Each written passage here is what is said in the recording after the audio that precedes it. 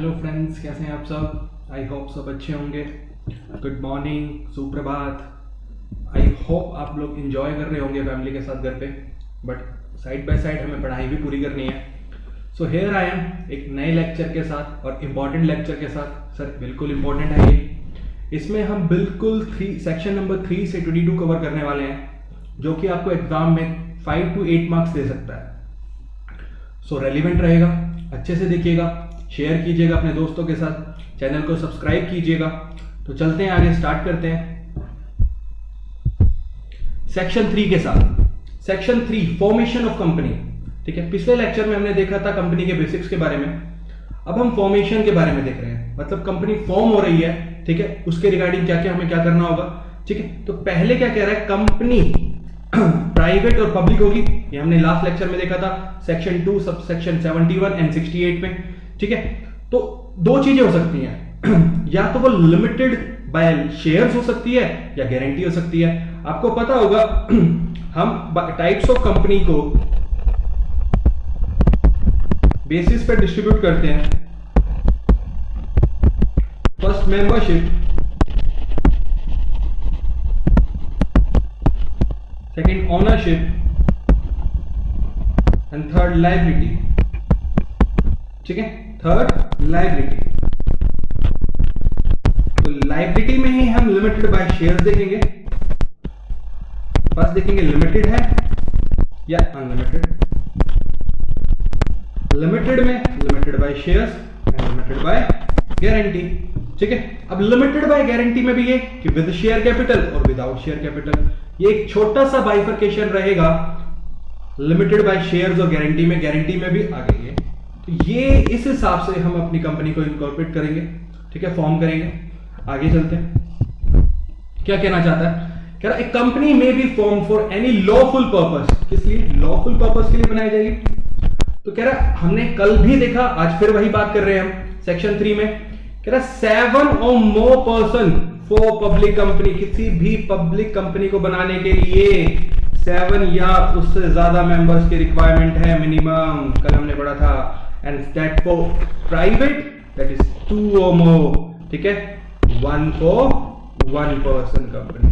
ठीक है, by subscribing their names और his name to the memorandum. MOA में subscriber association of subscription clause, जो अभी हम इस लेक्चर में ही देखने वाले हैं। ठीक है, साथ ही साथ OPC has to give name of nominee as well. ठीक है, सिंगल पर्सन होगा, कल हमने नॉमिनी का देखा था, तो एक नॉमिनी को भी असाइन किया जाएगा। ठीक है, साथ में एक सेक्शन और आता है इसके जो हम देख रहे हैं, सेक्शन 3A। इसमें क्या कह रहा है, रेलिवेंट बात है, सुनिएगा कैसे रेलिवेंट है सर।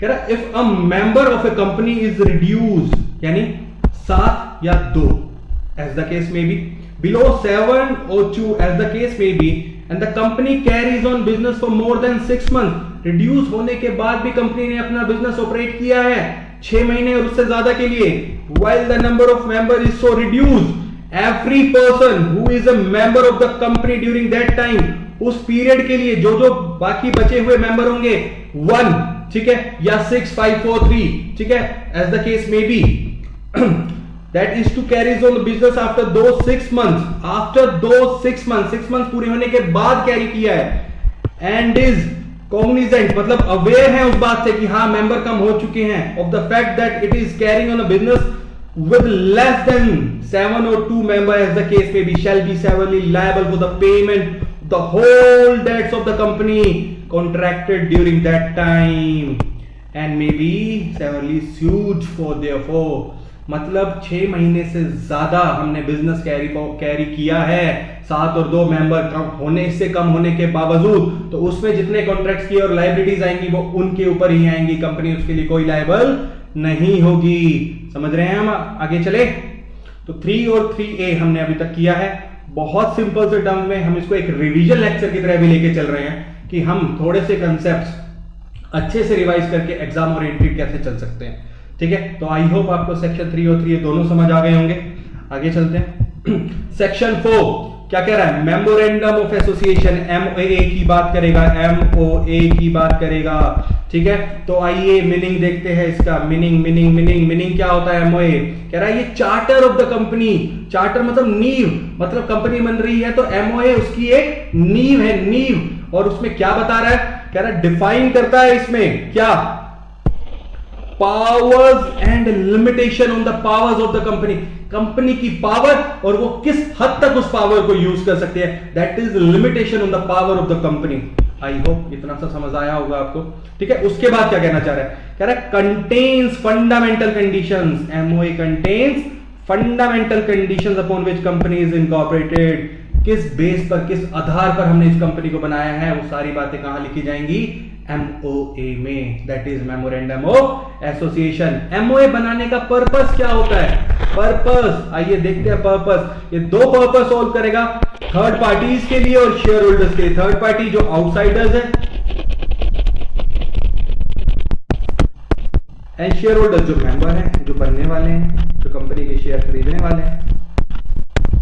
तो थर्ड पार्टी के लिए क्या कह रहा है, to provide information to the third party as to whether the contracts they are intending to enter into with the company, मतलब क्या, थर्ड पार्टी जो कंपनी के साथ डील करने वाली है, करना चाह रही है, उसके लिए एक पर्पस, क्या जो वो कॉन्ट्रैक्ट हो रहा है वो कंपनी के ऑब्जेक्ट क्लॉज के है अंदर आ भी रहा है या नहीं आ रहा, मतलब कंपनी उसमें वो काम कर सकती है या नहीं कर सकती। तो थर्ड पार्टी जो कंपनी से डील करने वाली है, कॉन्ट्रैक्ट करने वाली है, तो कंपनी डील तो कर रही है और उसके वो ऑब्जेक्ट क्लोज पे आ भी रहा है या नहीं, मेन ऑब्जेक्ट, अदर्स, एंसिलरी, किसी में तो आना चाहिए, ठीक है। आगे देखते चलेंगे हम। शेयर होल्डर्स के लिए क्या कहना चाह रहा है, कह रहा है शेयर होल्डर्स के लिए भी देखिए वही चीज जो थर्ड पार्टी के लिए है वो शेयर होल्डर्स के लिए भी रहेगी। उसमें वो कॉन्ट्रैक्ट कर रहे हैं, इसमें यहाँ पे वो मेंबर बन रहे हैं, शेयर्स खरीद रहे हैं, तो वही to provide information to the intending shareholders, किस चीज की, regarding the purpose for which, जो वो पैसा लगा रहे हैं, for which his money is going to be use, वो पैसा जो कंपनी को दे रहे हैं वो पैसा कंपनी किस लिए यूज करने वाली है, by the company and the amount of risk, risk कितना है इस इन्वेस्टमेंट में, क्या मेरा पैसा डूब तो नहीं जाएगा या मुझे रिटर्न मिलेगी जितनी मैं एक्सपेक्ट कर रहा हूं, ठीक है। तो मीनिंग हो गया, पर्पस हो गया, पर्पस में थर्ड पार्टीज के लिए, शेयर होल्डर्स के लिए, बट इसके कंटेंट क्या क्या आता है MOA में, 7 क्लोज आते हैं, मेन 6 क्लोज है, 7th is only for OPCs। क्या क्या है, नेम क्लोज, कंपनी का नाम, सिचुएशन क्लोज जिसे हम रजिस्टर्ड ऑफिस क्लोज भी बोलते हैं और डोमिसाइल क्लोज भी बोलते हैं, क्या बोलते हैं, रजिस्टर्ड ऑफिस क्लोज और डोमिसाइल क्लोज, मतलब कंपनी का रजिस्टर्ड ऑफिस कौन से स्टेट में है। उसके बाद आता है ऑब्जेक्ट क्लोज, कंपनी किस ऑब्जेक्ट के लिए फॉर्म हुई है, क्या काम करना चाहती है, ठीक है, उसके मेन ऑब्जेक्ट्स क्या हैं, उसके एंसिलरी क्या हैं, उसके रिलेटेड जनरल अदर कॉन्ट्रैक्ट्स उससे रिलेटेड वो क्या कर सकती है, ठीक है। लाइबिलिटी क्लोज, लाइबिलिटी कंपनी के मेंबर्स की लाइबिलिटी कितनी है, लिमिटेड है, अनलिमिटेड है, उस बारे में बात करेगा। And the other one is association of subscription close, MOA के subscribers, first subscribers to the MOA, ठीक है, उसके बारे में बात करता है, किस किस ने शेयर सब्सक्राइब किए हैं during the incorporation of company, ठीक है। And the last one is nomination close, जो कि है OPC के लिए, कल हमने देखा था, ठीक है, रणवीर अंकल और रणबीर अंकल दोनों देखे थे हमने, ठीक है। तो आई होप आपको ये समझ आया होगा MOA का मीनिंग, पर्पस और उसके कंटेंट्स को याद करने के लिए देखिएगा। मैं आपको एक बात, बहुत बढ़िया स्टोरी बता देता हूँ, प्लीज किससे शेयर मत कीजिएगा, मैं भी प्यार करता था किसी से, आप तो जानते होंगे इनको, अलेक्जेंड्रा, ठीक है। इनकी फैमिली में पता चल गया कि मुझसे प्यार करती है, उनको लॉकडाउन कर दिया गया, ठीक है, बट ये मुझसे मिलने के लिए तड़प रही थी, तो इनको मजबूरन लॉक तोड़ के मुझसे मिलना आना पड़ा। कैसे, ये NR है इंडिया के लिए, NR non resident, lock LOC, lock तोड़कर आ गई मुझसे मिलने, समझ रहे हैं आप, मुझसे मिलने के लिए लॉक तक तोड़ दिया मैडम ने। तो कोई बात नहीं, हम इनके प्यार की इज्जत रखेंगे और आगे चलेंगे। N4 हमें पता ही है, name close, R4 registered office close, L4 liability close, O4 object close, C4 capital close and A4 association of subscription close. I hope आपको क्लियर होंगे 6 के 6 क्लोज। एक बार गो थ्रू कर लीजिए। Name close, registered office close, liability close, object close, capital close and association of subscription close, और साथ है nomination close for PC. ठीक है, आई होप क्लियर होगा आपको। चलें आगे, चलिएगा एक एक क्लोज के बारे में थोड़ा थोड़ा समझ लेते हैं। लाइबिलिटी क्लोज और कैपिटल क्लोज की बात करने वाला है। ठीक है, क्या कहना चाहता है इसमें देखिएगा। This close cover details on liability of members of the company. ये बात मैंने अभी आपको बताई थी। लाइबिलिटी कितनी है मेंबर्स की, वेदर लिमिटेड और अनलिमिटेड। ठीक है, आप देखेंगे एमओए में, तो एमओए में जब लाइबिलिटी क्लोज लिख आता है तो उसमें लिखा जाता है वेदर इट इज लिमिटेड और अनलिमिटेड। ठीक है, और साथ साथ क्या बताएगा, in case of the company limited by share, section 3 में अभी हम देख के आए हैं, that liability of its member is limited to the amount unpaid, जो उन्होंने पैसा नहीं दिया है on shares held by them. Let's say 10 रुपए का शेयर था, 6 रुपए दे दिए हैं, 4 रुपए बाकी हैं, तो 4 रुपए की और लाइबिलिटी रहने वाली है। ठीक है, लिमिटेड बाय गारंटी के केस में क्या कह रहा है, तो amount to which each member undertakes to contribute, किस चीज के लिए, assets of the company in event of wind up, यानी वाउंड अप के केस में जो हमें कम एसेट्स पड़ेंगे उसके लिए जितनी गारंटी दी है वो, plus cost, charges and expenses of winding up and for adjustment of rights of contributories among themselves। ठीक है, तो गारंटी के केस में एसेट्स के लिए कंट्रीब्यूशन प्लस चार्जेस जो एक्सपेंसेस होंगे वो बियर करेंगे। ठीक है, इन case of company having share capital की बात करना जा रहा है, कुछ उसके लिए रेलिवेंट बात कह रहा है। Amount of share capital with company is to be registered and division into shares. जो शेयर कैपिटल है, हाँ, उसको डिवाइड करते हैं, जैसे हम शेयर बोलते हैं। ठीक है, फिक्स्ड अमाउंट होता है और नंबर्स होते हैं। ठीक है, with subscribers to agree to subscribe, जो इनिशियल में सब्सक्राइब किए जाते हैं मेंबर्स के थ्रू। ठीक है, वो कितने, एक शेयर से कम नहीं होना चाहिए, यानी सब्सक्राइबर को एटलीस्ट एक शेयर तो जरूर हेल्ड करना है, पता है आपको। ठीक है, एक से कम क्या होगा, 0, तो नहीं हो सकता। Number of share is subscriber to MOA intends to take indicated opposite his name. MOA में नाम के साथ नंबर ऑफ शेयर जितने उन्होंने सब्सक्राइब किए हैं उसको हमें इंडिकेट करके चलना है। आई बात समझ में? एक बार प्लीज इसको गो थ्रू कर लीजिए, अभी तक हमने जितना पढ़ा। ठीक है, 2 मिनट लगा के इतने हम पानी पी लेते हैं। Thank you.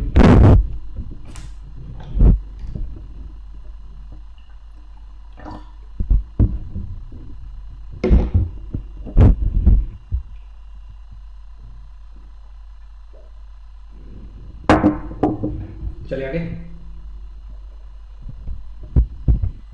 नेम क्लोज की बात करते हैं आगे। कह रहे name stated in memorandum shall not, क्या नहीं होना चाहिए, अगर आप किसी कंपनी का नाम बना रहे हैं, चूज कर रहे हैं, तो कैसा नहीं होना चाहिए, बी आइडेंटिकल विद और resemble nearly to the name of an existing company. मतलब मेरी कंपनी का नाम ऑलरेडी एग्जिस्टिंग कंपनी के जैसा या मिलता जुलता नहीं होना चाहिए। ठीक है, be such that its use by company will constitute an offense under any law or is undesirable in opinion of CG। कुछ ऐसा नहीं होना चाहिए जो ऑफेंसिव नेम हो या फिर अनडिजायरेबल, सीजी ने बोला हो कि ये नेम आप नहीं रख सकते। तो अनडिजायरेबल नेम्स कौन कौन से हैं वो देख लेते हैं फिर। Company shall not be registered with a name which contains, क्या क्या, any word or expression which is likely to give expression that company is in any way collected with or having patronage or CG and SG or any local authority, corporation or body constituted by CG or SG। मतलब simple सी बात है, undesirable मतलब किसी भी government body से related नहीं होना चाहिए, बस लोकल हो, सीजी की हो, एसजी की हो, उससे रिलेटेड नहीं होना चाहिए बस। ठीक है, रिजर्वेशन ऑफ नेम की बात करते हैं फिर। क्या एक पर्सन में make an application to registrar, हमें अब नाम रिजर्व भी करा सकते हैं हम, कैसे, for name of the propose company. में कंपनी बनाना चाह रहा हूं, मैंने नाम सोच लिया, कंपनी बनाने का कार्यक्रम मैं थोड़े दिनों बाद स्टार्ट करने वाला हूं, बट नाम कोई और ना ले ले, इसलिए मैं अपना नाम रिजर्व करवा देता हूं। और name which company proposes to change, let's say ये नई कंपनी बन रही है या फिर ऑलरेडी एग्जिस्टिंग कंपनी है पर नाम चेंज करना चाहती है, तो रजिस्ट्रार में reserve name for 20 days new company के लिए, प्रपोज कंपनी के लिए 20 दिन के लिए रिजर्व किया जा सकता है from the date of approval, जिस दिन उस नेम की अप्रूवल आ गई है। हमें अप्रूवल लेनी पड़ती है, ठीक है, एमसीए की साइट पे जाके, ठीक है, रिजर्व यूनिक नेम करके एक पोर्टल पे आपको मिलेगा, वहां जाके हम रिजर्व करते हैं नेम, ठीक है। रजिस्ट्रार में reserve name for a period of 60 days from the date of approval, यानी चेंज के केस में 60 डेज के लिए रिजर्व किया जा सकता है। 20 डेज फॉर न्यूली इनकॉर्पोरेशन, जो हम करने वाले हैं, यानी प्रपोज कंपनी के लिए, ठीक है। 20 days for new companies and existing companies के लिए 60 डेज का नाम हम रिजर्व करके चल सकते हैं, ठीक है। चलिए आगे। Cancelling of name, name cancel भी हो सकता है, कैसे? Where it is found that name was applied by furnishing wrong or incorrect information, हमने नेम के लिए अप्लाई किया पर वो इंफॉर्मेशन रॉन्ग या फिर इनकरेक्ट थी, तो क्या करेंगे? If company has not been incorporated, अगर कंपनी इनकॉर्पोरेट नहीं हुई है तो reserve name shall be cancelled, cancel कर दिया जाएगा by registrar, and person who has made application shall be liable, उसको पेनल्टी भी लगाई जाएगी ₹1 लाख तक की, ठीक है, मैक्सिमम 1 लाख तक की पेनल्टी भी लगाई जा सकती है। कह रहा है if company has been incorporated, अगर वो ऑलरेडी इनकॉर्पोरेट हो चुकी है तो रजिस्ट्रार में after giving company an opportunity of being heard, OBH बोलते हैं इसे, अपॉर्चुनिटी ऑफ बीइंग हर्ड। आप बताइए कि आपका नाम क्यों कैंसिल नहीं किया जाना चाहिए, उसके बाद आपको अपॉर्चुनिटी देगी, आपका नाम अगर उसको लगता है फिर भी कैंसिल कर सकती है। आइदर डायरेक्ट कंपनी, कैसे? Either direct company to change its name, या तो आप अपना नाम चेंज करिए चाहिए within a period of 3 months after passing or मतलब ऑर्डिनरी रेजोल्यूशन, ओआर पास करके, यानी 51%, ठीक है, वोटिंग इन फेवर, ठीक है। Take action for striking off name of company from registrar of companies, नाम रिमूव किया जा सकता है आरओसी से, या फिर पिटीशन वाइंड अप ही कर दो कंपनी को। 3 चीज हो सकती है, या तो आपका नाम चेंज करने के लिए आपको बोल सकते हैं 3 महीने के अंदर ओआर पास करके नाम चेंज कर लो, या फिर आपका आरओसी से नाम हटा देगी, या फिर आपको कंपनी ही बंद करने का ऑर्डर दिया जाएगा, ठीक है। आई बात समझ में? पक्का? चलें आगे। चलिए, डोमिसाइल क्लोज। डोमिसाइल क्लोज का हमने क्या बोला था? आरओ क्लोज यानी रजिस्टर्ड ऑफिस क्लोज, या फिर situation close.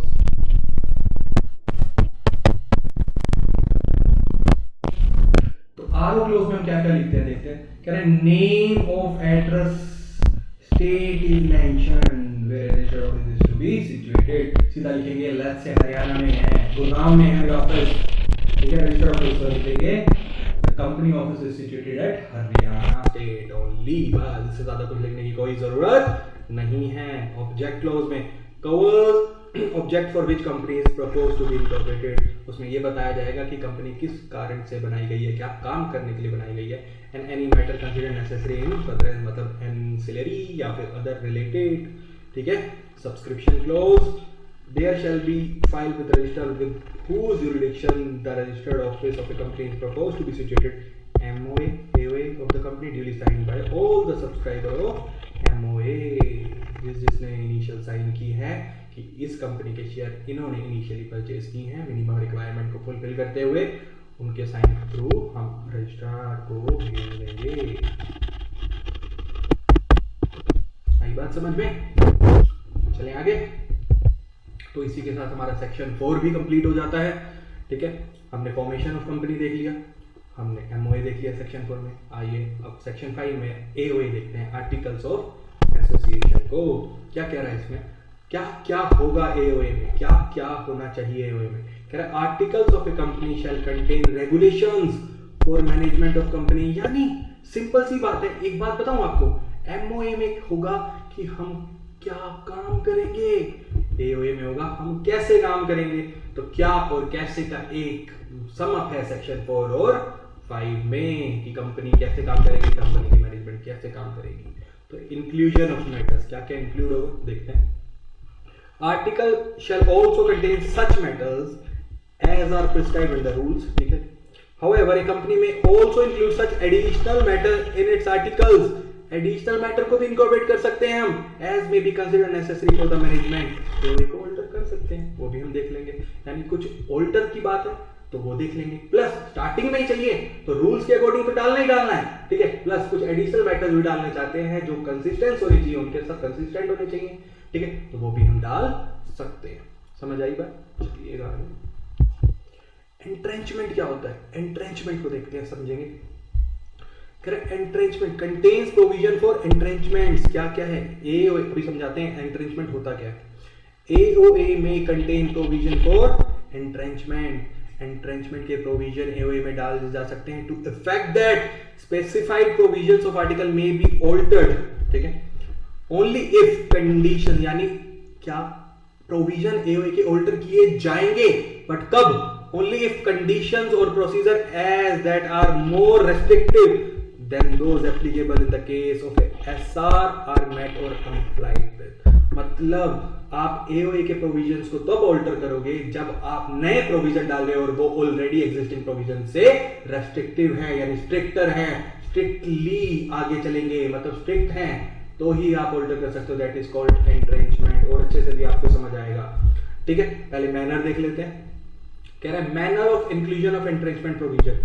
Provision for entrenchment shall only be made either on formation of company starting में ही और by an amendment in AOA agreed to by, देखिएगा, all members of the company. मतलब you are unanimous resolution होना चाहिए ना, यानी सारे मेंबर्स, एक भी अगेंस्ट नहीं होना चाहिए। बट किस केस में? In case of a private company, ठीक। By SR in case of public company. Public company है तो सिर्फ 75 प्लस वोटिंग लेके हम काम चला लेंगे, बट प्राइवेट के केस में यूआर पास होगा, मतलब सब लोग एग्री करने चाहिए, तो ही हम एंट्रेंचमेंट के प्रोविजन को इंक्लूड करके चलेंगे, ठीक है। नोटिस टू रजिस्टर्ड, ठीक है, नोटिस देंगे अब।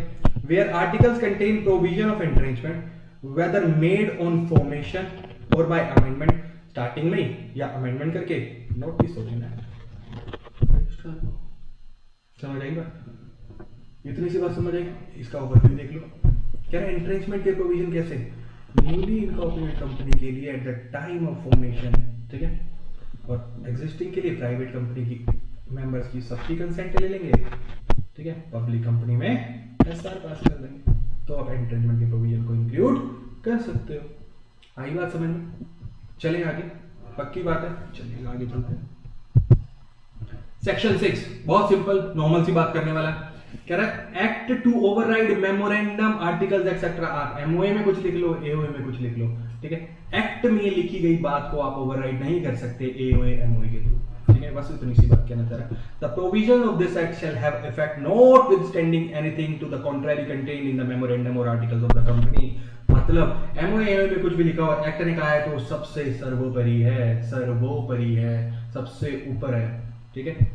ये है हमारा एमओए, ये है हमारा एओए, बट इसको ओवरराइड कर जाएगा हमारा कंपनीज एक्ट। समझ आई बात? सेक्शन 6, सेक्शन 3, 4, 5, 6 आई गेस आपको समझ आ चुके होंगे। प्लीज एक काम कीजिएगा, जितने भी सेक्शन हम करते जा रहे हैं उसकी एक लिस्ट अभी से बना के चलेंगे, तो हमें एंड में कोई प्रॉब्लम नहीं होगी एग्जाम डेज में, ठीक है। तो एक लिस्ट बना के चलेगा। हाँ, एक चीज और, मैं सारे सेक्शन की मेमोरी टेक्निक्स एंड में सारे सेक्शन होने के बाद आपको दूंगा, ताकि आपको सेक्शन के नाम भी याद रहेंगे। हमें सेक्शन के नाम भी याद रखने हैं और कोट करना है एग्जाम में, एक स्टार मार्क्स मिलता है हमें, ठीक है। चलिए आगे चलिएगा। सेक्शन 7 तो steps of incorporation of company की बात करेगा। कंपनी बनानी है तो उसके लिए क्या क्या स्टेप्स होंगे, अभी हम देख के आए हैं, कुछ कुछ बातें अब आप रिलेट कर पाएंगे, सुनिएगा। सबसे पहले हम एप्लीकेशन देंगे नेम के लिए, ठीक है। एमसी की साइड पे जाके रन पोर्टल पे जाके करेंगे रिजर्व ऑफ यूनिक नेम में एप्लीकेशन, अपना नाम सजेस्टेड कर देंगे, उसके बाद अप्रूवल आ जाएगी और जो भी होगा आगे कर लेंगे, ठीक है। अप्रूवल ले लेंगे सेबी और आरबीआई से अगर हमें उसकी जरूरत है तो। एज द केस में भी अगर लिस्टेड कंपनी है या फिर हम फॉरेन एक्सचेंज में कुछ काम करना चाहते हैं मॉनेटरी टर्म्स में, तो आरबीआई की अप्रूवल लगती है, ठीक है। वो अगर जरूरी है तो हमें वो लेनी पड़ेगी। और ये हम बोल सकते हैं कि एक अमेंडेड प्रोसीजर है, यहाँ पे एक अमेंडमेंट है, ये अप्रूवल पहले नहीं हुआ करती थी, अब आने लग गई है, ठीक है। अब हमें डॉक्यूमेंट्स क्या क्या फाइल करके चल रहे हैं रजिस्ट्रार देखते हैं। सबसे पहले आप जो एमओए बनाएंगे अपना सेक्शन 4 में वो, उसके बाद एओए सेक्शन 5 में, ठीक है। उसके बाद देखिएगा क्या है, पर्टिकुलर्स ऑफ फर्स्ट सब्सक्राइबर एक एक पर्टिकुलर को आपको बता के चलना है। जिस जिसने मतलब पर्टिकुलर में आएगा क्या वो तो देखते हैं। जिस जिसने हमारा एमओए को सब्सक्राइब किया है यानी इनिशियल शेयर्स हेल्ड किए हैं तो उनकी डिटेल्स देनी है हमें। उसमें क्या होगा, name including surname, complete name आपको बताना है उस बंदे का, ठीक है। उसका रेजिडेंशियल स्टेटस, वो भारतीय है या नहीं है, ठीक है। नेशनैलिटी वही बात, ठीक है। भारतीय है तो यहाँ पे एनआरआई तो नहीं है, वो नेशनैलिटी इंडियन ही है ना। Proof of identity, ID proof देके चलेंगे और अदर पर्टिकुलर जो भी आपको रिक्वायर होंगे वो हम देके चलेंगे, ठीक है। समझ आई बात। उसके बाद कह रहा है particulars of first director, director के भी पर्टिकुलर्स देने हैं। ये सारी बातें तो बतानी है। इसके साथ साथ एक एडिशनल बात और बतानी है, क्या आपका दिन देना है हमें, वहां पे कोट करना पड़ेगा कंपनी को, ठीक है। आपको पता है ना डायरेक्टर नहीं बन सकते विदाउट दिन आप इन 2013 एक्ट में, ठीक है। चले आगे। उसके बाद क्या करें, डिक्लेरेशन INC 9 में देनी पड़ेगी। किस किस को, सब्सक्राइबर को और डायरेक्टर को। फर्स्ट सब्सक्राइबर को और फर्स्ट डायरेक्टर को डिक्लेरेशन देके चलनी पड़ेगी।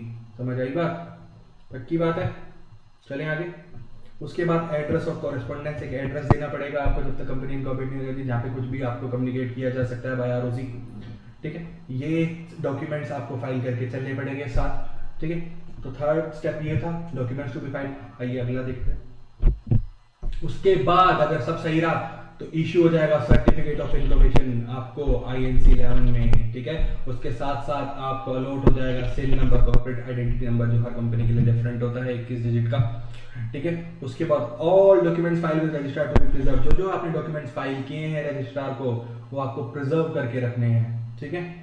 अगर आपने कुछ गलत दिए इंफॉर्मेशन तो उसके लिए आपके ऊपर लाइबिलिटी लगेगी, और वो लाइबिलिटी किसके ऊपर लगेगी, liability of promoters, the person named as the first director of the company, यानी प्रमोटर्स पे, डायरेक्टर्स पे, and the person making the declaration. अभी आपने देखा डिक्लेरेशन पीछे किस किसने दिया, फर्स्ट डायरेक्टर और फर्स्ट सब्सक्राइबर। डायरेक्टर को हमने बता ही दिया है, प्रमोटर हमने बता दिया है, यहाँ पे फर्स्ट सब्सक्राइबर की भी लाइबिलिटी होगी, ठीक है। और उसके बाद अगर स्टिल लगता है कि कुछ मेजर गलतियां की हुई हैं आपने, तो ट्राइब्यूनल आपके लिए ऑर्डर्स दे सकता है। ऑर्डर्स क्या क्या होंगे, नेम रिमूव कर दो ROC से, ठीक है, वाइंड अप के लिए, ठीक है, आपकी लाइबिलिटी को अनलिमिटेड बना सकता है, लिमिटेड टू अनलिमिटेड, चेंज करने के लिए बोल सकता है MOA में जाके चेंज कीजिए, और अदर अगर कुछ और रेलेवेंट भी लगता है तो, ठीक है। ये 9 स्टेप्स हैं। इस 9 स्टेप्स को याद करने की मेमोरी टेक्निक है, वो मैं आपको एक शॉर्ट वीडियो बना के अलग से दूंगा, ठीक है।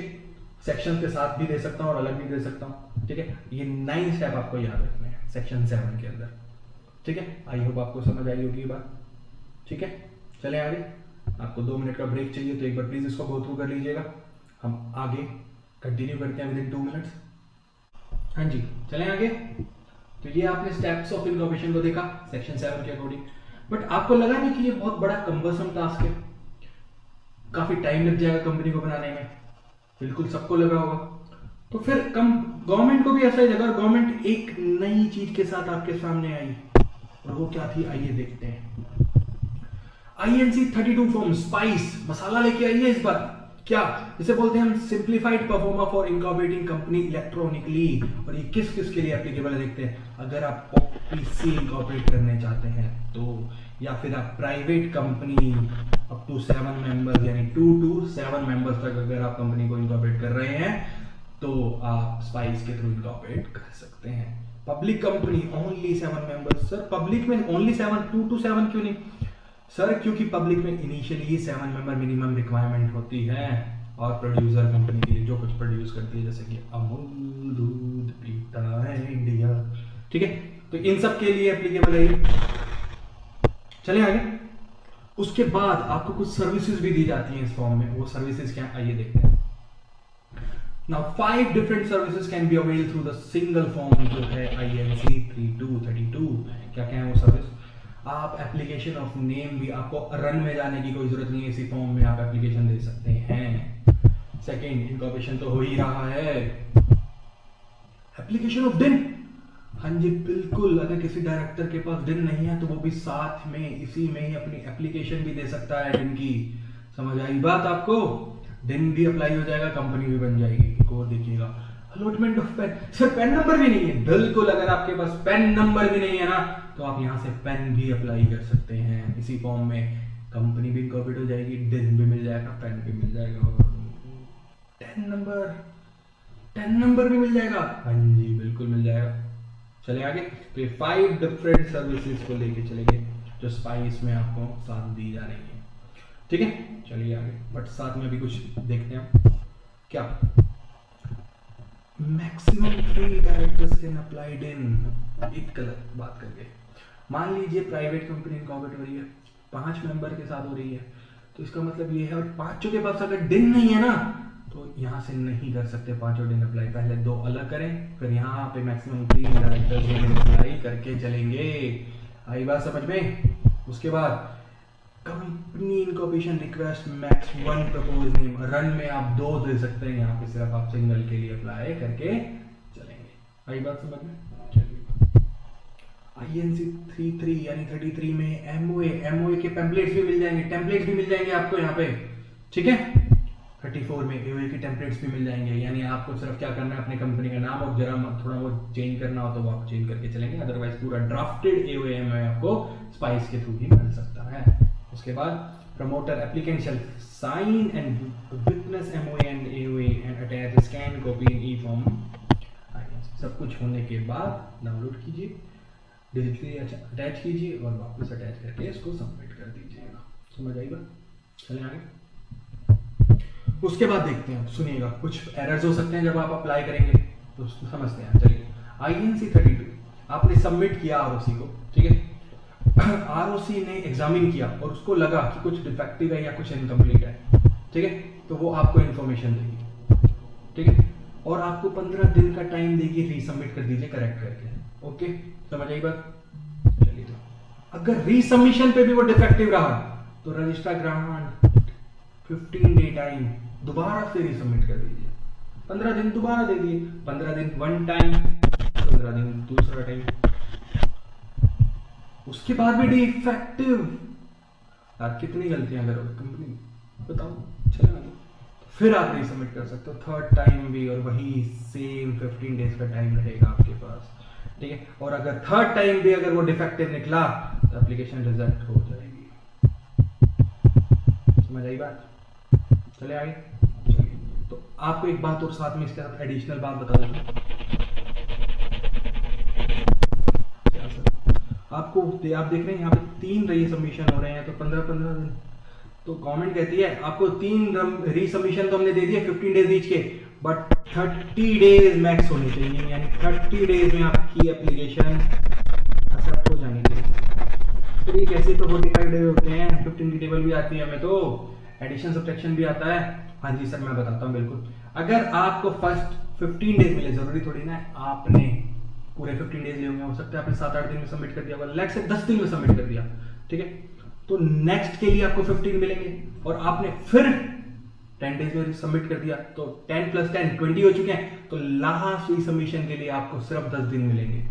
आई बात समझ में। और लेट्स से आपने यहाँ पे 15 डेज यूटिलाइज कर लिए, यहाँ पे 15 डेज यूटिलाइज कर लिए, तो थर्ड रीसबमिशन आपको नहीं दिया जाएगा। फिर समझ आई बात। चलिएगा, तो ये बात आपको समझ आ गई होगी। सेक्शन 7 तक हमने कर लिया। अब कुछ अलग बात करते हैं, चलते हैं। ठीक है, तो कंपनी बन रही है, तो कंपनी सोचता कौन है बनाने के बारे में, वो सब सारी बातें प्रमोटर। ठीक है, आपको पता है ना, कंपनी का थॉट जो आता है वो प्रमोटर के दिमाग में आता है, जो कंपनी को बनाने के लिए सोचता है। कौन होता है वो प्रमोटर? आपसे क्वेश्चन मेरा, क्या वो एक एजेंट होता है, क्या वो कंपनी का एम्प्लॉई होता है, या वो डायरेक्टर होता है? बता सकते हैं आप? सर, ना तो वो डायरेक्टर होता है, ना वो एम्प्लॉई होता है, ना वो एजेंट होता है। ठीक है, समझ आए कैसे सर? क्योंकि प्रमोटर कंपनी के इनकॉर्पोरेशन से पहले काम करता है, और ये सारे कंपनी के लिए काम करते हैं। कंपनी का एजेंट, कंपनी का एम्प्लॉय, कंपनी के डायरेक्टर, यानी इनकॉर्पोरेशन के बाद से। ठीक है, तो प्रमोटर ये तीनों नहीं हो सकते। बट कौन होता है प्रमोटर? आइए देखते हैं। कह रहा promoter is like that an agent, वो उस एजेंट की तरह है जो फिड्यूशियरी कैपेसिटी में काम करता है। फिड्यूशियरी होता है relationship of trust and confidence. ठीक है, एक पोजीशन ऑफ ट्रस्ट जिसपे आप ट्रस्ट कर सकते हैं। क्या वो सीक्रेट प्रॉफिट कमा सकता है? सीक्रेट प्रॉफिट्स, ठीक है, कंपनी बनाते टाइम अपना पैसा जेब में, ठीक है, या फिर उसे फुल डिस्क्लोजर देना पड़ेगा प्रोस्पेक्टस में, एओए में, बीओडी, बोर्ड ऑफ डायरेक्टर्स को। हाँ जी, फुल डिस्क्लोजर देना पड़ेगा, सीक्रेट प्रॉफिट नहीं कमा सकता। समझ आई बात? चलिए आगे। चलिएगा, अब प्रमोटर को एक बात अच्छे से और समझते हैं। जैसे हम हैं, ठीक है, हमारे भी तो प्रमोटर्स होते हैं, वो होते हैं हमारे पेरेंट्स, जो कि हमें प्लान करते हैं। पहले प्लान किया जाता है, माइंड में थॉट आता है कि लेट्स हैव अ बेबी, ठीक है। उसके बाद हम होते हैं, हमारा हम जन्म बर्थ हो जाता है हमारा, ठीक है। फिर उसके बाद हमारी टेक केयर की जाती है, ठीक है, अपब्रिंगिंग जिसे बोलते हैं। उसके बाद हमें एजुकेशन दी जाती है अच्छी, ठीक है। फिर हमारी जॉब लगती है, यहाँ पे जॉब लगती है, और फिर हमें लॉन्च कर दिया जाता है। लॉन्च मीन्स देखिएगा किसी और के हवाले, ठीक है। ऐसे ही कंपनी के साथ होता है, एक बार देखते हैं। ये देखिए, लेट्स से नैनो का एग्जांपल लेके चलते हैं। रतन टाटा जी ने इसके बारे में सोचा, प्रमोटर थे ये, ठीक है। उन्होंने एक दिन देखा कि भाई ऐसा परिवार भी है जो एक गाड़ी अफोर्ड नहीं कर सकता, ठीक है। तो उन्होंने एक सस्ती सी गाड़ी बनाने का विजन रखा, जो उन्होंने नैनो के रूप में रखा। फिर उन्होंने क्या किया, कंपनी को इनकॉर्पोरेट किया, ठीक है। कंपनी में देख लीजिए, जैसे हमारी अपब्रिंगिंग हो रही थी, वैसे यहाँ पे क्या हो रहा है, प्रोडक्ट रेडी हो रहा है, ठीक है, एजुकेशन के साथ, ठीक है। उसके बाद हमारी जॉब लगी थी, यहाँ पे देखो प्रोडक्ट रेडी हो गया है। उसके बाद लॉन्च किया था हमें, यहाँ पे कमेंसमेंट ऑफ बिजनेस, ठीक है। तो ये सब काम कौन करता है, कमेंसमेंट तक के सारे काम किए जाते हैं बाय प्रमोटर्स। आई बात समझ में? चले आगे, चलिए। अब देखिएगा, तो लेट्स से एक एग्जांपल लेके चलते, एक बात करते हैं। यहाँ से लेकर प्रमोटर ने विजन रखा, ये कंपनी बनाते हैं, ठीक है। फिर यहाँ पे आगे कंपनी बन गई, यानी यहाँ पे हमें सर्टिफिकेट ऑफ इनोवेशन मिल गया। बट यहाँ से लेकर यहाँ तक कंपनी के लिए एडवर्टीजमेंट्स हुई, तो कंपनी ने कुछ कॉन्ट्रैक्ट वगैरह कर लिए। तो जो कॉन्ट्रैक्ट यहाँ से लेकर यहाँ तक किए जाएंगे, यानी COI आने से पहले, तो उसे बोलेंगे हम प्री इनकॉर्पोरेशन कॉन्ट्रैक्ट, जिसे प्रीलिमिनरी 3 बोला जाता है, ठीक है। तो इस कॉन्ट्रैक्ट्स के लिए प्रमोटर पर्सनली लायबल होते हैं, ठीक है। Promoters are personally liable for pre incorporation contracts. और इसके बाद के सारे कॉन्ट्रैक्ट्स होते हैं रेगुलर कॉन्ट्रैक्ट, जो कंपनी खुद करती है, ठीक है। बट इसके भी 2 एक्सेप्शंस हैं। वो एक्सेप्शंस क्या है, आइए देखते हैं। A company has entered into a fresh contract in substitution of quote। जो प्रमोटर ने कॉन्ट्रैक्ट कर रखा था इनकॉर्पोरेशन के बाद, कंपनी कहती है चलो यार उसको कॉन्ट्रैक्ट को चेंज करते हैं, नया कॉन्ट्रैक्ट बना लेते हैं, ठीक है। तो उसे बोलते हैं हम नोवेशन, नया कॉन्ट्रैक्ट, ठीक है। दूसरा है रेक्टिफिकेशन। रेक्टिफिकेशन मतलब सबसीक्वेंट अप्रूवल देना किसी चीज की। प्रमोटर ने कॉन्ट्रैक्ट किया, प्रमोटर लाइबल होना चाहिए, पर बाद में कंपनी कहते हैं नहीं नहीं प्रमोटर जी आपने तो गुड फेथ में काम किया है, चलो इसकी लाइबिलिटी जो भी है हम बियर कर लेंगे। तो वो हो गया सबसीक्वेंट अप्रूवल। ये 2 केस हो जाएंगे तो कंपनी लायबल होगी। इसके अलावा प्री इनकॉर्पोरेशन कॉन्ट्रैक्ट्स के लिए प्रमोटर्स हमेशा लायबल होगा। समझ आई बात? चले आगे, एक बात देखते हैं। कुछ बातें करके चलते हैं COI से रिलेटेड। अभी वो क्या है, लेट्स से जैसे हमारा बर्थ होता है और मेरा बर्थ हुआ, ठीक है। मेरा बर्थ हुआ 2 नवंबर 2016 को। लेट्स से इमेजिन करते हैं मैं इतना ही छोटा हूँ, ठीक है। बट बर्थ सर्टिफिकेट बनता है हमारा, उस पर गलती से डेट आ गई 2 मई 2016, तो हमारी डॉक्यूमेंट्स में सारी डेट्स यही रहेंगी, तो यही डेट मानी जाती है, ठीक है। सेम विद कंपनी, अगर इसके साथ भी ऐसा हुआ तो जो COI पे डेट आ रही है वही उसकी डेट ऑफ इनकॉर्पोरेशन मानी जाएगी, ठीक है। इसको भी नीचे हम समझते हैं, ठीक है। पहले आगे देखते हैं, एक और बात देखते हैं। लेट्स से अब जो बर्थ हुआ था वो चाइल्ड निकला हैंडीकैप, तो क्या पेरेंट्स के लिए इसका प्यार कम हो जाएगा, ठीक है। यानी कुछ डिफेक्ट्स हो भी गए, पेरेंट्स के लिए तो प्यार कम नहीं होगा ना। वही अगर कंपनी में कुछ डिफेक्ट्स आए तो उसको सब्सिक्वेंटली हम रिमूव कर देंगे, बट कंपनी इनकॉर्पोरेट होने के बाद उसको आप ये नहीं कह सकते कि कंपनी की एग्जिस्टेंस पे आप क्वेश्चन नहीं कर सकते। समझ आई बात? डिफेक्ट्स रिमूव कर देंगे। तो इससे रिगार्डिंग हम कुछ केस लॉस करने वाले हैं, वो देख लेते हैं। पहला केस लॉ है Jubilee Cotton Mills versus Lewis. Jubilee Cotton Mills versus Lewis, आइए देखते हैं इस केस लॉ में क्या हुआ। ऑन 6 जैन को हमने डॉक्यूमेंट सबमिट किए थे, याद है step 3, documents to be filed, किसको? रजिस्ट्रार को। और 8 जैन को रजिस्ट्रार ने COI इशू कर दिया। 6 जैन को हमने डॉक्यूमेंट्स दिए, 8 जैन को रजिस्ट्रार ने COI इशू कर दिया, ठीक है। चले आगे, क्या हुआ सुनिएगा। 6 जैन को हमने तो सिर्फ डॉक्यूमेंट सबमिट किया था, पर क्या किया हम, कंपनी ने ना शेयर अलॉट कर दिया लीज के नाम पे। और 6 जैन जिस दिन कंपनी एग्जिस्टेंस में है ही नहीं, ठीक है, एग्जिस्टेंस में है नहीं, फिर भी हमने शेयर अलॉट कर दिए हैं। अभी एक फैक्ट हम छोड़ के आए हैं, जान करके हमने नजरअंदाज किया है, वो भी देखेंगे क्या, ठीक है। सुनिएगा, whether such allotment of share is void on the ground that it was made before the company come into existence। आइए पीछे ही चलते हैं, क्या हुआ सुनिएगा। यहाँ पे देखो जो COI मिला था ना, उस पर गलती से डेट आ गई 6 जैन। COI पे डेट कौन सी है? 6 जैन। हुआ इशू है 8 को, पर डेट आ गई है 6 जैन की, यानी COI पे डेट है 6 जैन की। और अब इस केस को कवर करते हैं 6 तारीख को। एग्जिस्टेंस में कंपनी एक्चुअल में नहीं थी, पर COI के अकॉर्डिंग है। तो बताइए, क्वेश्चन कर सकते हो आप। कोर्ट का डिसीजन देखते हैं। Court held that the certificate of incorporation is conclusive evidence of incorporation of company on 6 Jan. Hence allotment valid है, बिल्कुल वैलिड है। आई बात समझ में? तो पहला जो अभी हमने एग्जांपल देखा था बर्थ सर्टिफिकेट वाला, उस पर रिलेटेड केस लो। आगे चलते हैं। अगला केस लो है मूसा गुलाम आरिफ वर्सेस इब्राहिम गुलाम आरिफ। ठीक है, क्या हुआ? दो भाई थे मूसा और इब्राहिम। ठीक है, इन्होंने एक कंपनी बनानी चाहिए। हाँ, एक पब्लिक कंपनी में मिनिमम मेंबर्स कितने चाहिए? 7 चाहिए। तो ये 2 थे भाई और इनके 5 भाई बहन भी थे जो कि थे माइनर्स। इन्होंने कंपनी के लिए अप्लाई कर दिया 7 मेंबर के साथ पब्लिक कंपनी के लिए। ठीक है, और रजिस्ट्रार ने सर्टिफिकेट ऑफ इनकॉर्पोरेशन भी इशू कर दिया और कंपनी बन भी गई।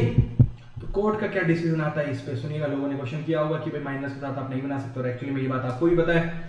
तो कोर्ट कहता है, court held that though there were less than 7 members and major members obviously, and the registrar should not have granted the certificate. Registrar को करना नहीं चाहिए था, but the certificate granted by ROC is conclusive for all purpose and hence existence of company can not be question. आप question नहीं कर सकते इस पे। ठीक है, एक केस लो और है इससे रिलेटेड। मैं पता क्या सोच रहा हूँ कि जब हमारा लॉ कंप्लीट हो जाएगा तो एक केस लॉ की सारी एक लेक्चर रखेंगे, हम सारे केस लॉ कवर करेंगे और आपको याद भी करा देंगे उसी लेक्चर में। तो एक केस लॉ जो इसमें रह रहा है वो मैं अभी छोड़ के चल रहा हूँ। ठीक है, आगे चलते हैं सेक्शन 8 पे। सेक्शन 7 किया आपने, प्रमोटर पढ़ा आपने। ठीक है, उसके बाद अपन सेक्शन 8 पे आ रहे हैं। उसके बाद बीच में हमने 2 केस लॉज भी देखे हैं। ठीक है, चलिए आगे। Section 8, formation of companies with charitable object. आपको पता होगा NPO NGOs, इसे हम सेक्शन 8 कंपनीज भी बोलते हैं। तो object of formation of section 8 companies क्या? Formation of company which are form to perform charitable objects of commerce. जितने भी आप सब्जेक्ट लेते हो यार +1 +2 में, कॉमर्स साइंस आर्ट्स, 3 तो वही हैं। ठीक है, कॉमर्स साइंस आर्ट्स याद रखने के लिए इजी। स्पोर्ट्स इंटरेस्ट रखते हो, एजुकेशन, ठीक है, research, social welfare, religion, charity, protection of environment etcetera, इस ऑब्जेक्ट्स के लिए कंपनी को बनाया जाता है। Intends to apply its profit, जो प्रॉफिट आएगा, in promoting its object and prohibiting payment of any dividend to its member. ठीक है, इसी पर्पस के लिए प्रॉफिट को वापस लगा देंगे, प्लस डिविडेंड नहीं देंगे मेंबर्स को। ठीक है, ठीक है, सेक्शन 8 कंपनीज के लिए बात की अभी हमने। उसके बाद क्या कह रहा है? Power of CG to issue licence. CG के पास पावर है CG to register such person or association of person as a company with limited liability without addition of words limited or private limited। यानी section 8 companies के आगे limited या private limited word add नहीं किया जाएगा, पर liability क्या होगी? लिमिटेड होगी, और CG ग्रांट कर रहा है। ठीक है, चलें आगे। कह रहा है अल्टरेशन करनी होगी तो क्या करेंगे? ऑफ MOA और AOA में, मेमोरेंडम और आर्टिकल्स में। Company registered under this section, यानी सेक्शन 8 की बात कर रहा है, shall not alter provision of its memorandum और आर्टिकल्स। नहीं कर सकते, पर करने हैं तो CG की प्रायर अप्रूवल लगेगी। ठीक है, अब SR पास करके नहीं कर सकते, CG की अप्रूवल प्रायर जरूरी है। कह रहा है conversion into any kind of company. Section 8 company convert होना चाहती है किसी अदर कंपनीज में। कह रहा है company registered under section 8 which intends to convert itself into a company of any other kind, यानी पब्लिक प्राइवेट, आपको पता है ना, हम लगाते नहीं है नाम। ठीक है, पास करना पड़ेगा उसको SR at GM for approving such conversion. SR 75% plus approval चाहिए हमें। ठीक है, तो आप कन्वर्ट कर सकते हैं। उसके बाद रिवोकेशन, आपका लाइसेंस भी खारिज किया जा सकता है। CG may revoke licence of company where affairs of company are conducted fraudulently, fraud कर रहे हैं, fraud fraudulently and violative of objects, आपके ऑब्जेक्ट्स आप वायलेट कर रहे हैं, और prejudicial to interest of public, public के इंटरेस्ट में नहीं है वो, तो आपका लाइसेंस कैंसिल कर दिया जाएगा। On revocation registrar shall put limited और private limited against company in registrar. आगे आप अब सेक्शन 8 नहीं रहे, अगर आप कंपनी है तो पब्लिक या प्राइवेट एज द केस में भी हम उसके आगे नेम ऐड करके चलेंगे। Company must give it written notice of its intention to revoke licence and CG आपको पहले एक रिटन नोटिस देगा कि आपका लाइसेंस खारिज किया जा रहा है और आपको OBH भी दिया जाएगा, यानी अपॉर्चुनिटी ऑफ बीइंग हर्ड। ठीक है। सेक्शन 8 कंपनी शैल अमलगमेट, अगर आपको अमलगमेशन करना है अपनी कंपनी का किसी और कंपनी के साथ तो आप सिर्फ सेक्शन 8 कंपनीज के साथ ही कर सकते हैं जिनका आपसे सिमिलर ऑब्जेक्ट होगा। तो ठीक है, जो आपके सिमिलर ऑब्जेक्ट की कंपनीज हैं सेक्शन 8 की, उसी के साथ आप अमलगमेट हो सकते हैं। आई बात समझ में इतनी? चलिए ठीक है। अगर आपने कुछ वायलेट किया प्रोविजंस को तो आपके ऊपर कंपनी के ऊपर पेनल्टी लगेगी 10 lakh to 1 crore. And officer जो डिफॉल्टर ऑफिसर्स होंगे उनको जेल हो सकती है 3 साल तक की, या 25,000 से 25 लाख तक का फाइन, या बहुत कुछ भी लगाया जा सकता है। या तो जेल में डाल देंगे या फाइन लगा देंगे, या ज्यादा लगा तो दोनों काम करा देंगे। ठीक है। कुछ एक्सेप्शंस होती हैं सेक्शन 8 कंपनीज की, वो क्या है? जैसे हमें नॉर्मल कंपनीज के लिए AGM 21 डेज की नोटिस को बुलानी होती है, वो हम पढ़ेंगे आगे जाके सेक्शन 96 वगैरह में आगे एंड सो ऑन में। ठीक है। तो बट सेक्शन 8 कंपनीज के लिए 14 डेज भी सफिशिएंट रहेगा। Can call it's GM by giving a clear 14 days notice. ठीक है। Requirement of minimum number of directors independent director does not apply, इसमें कोई जरूरत नहीं है।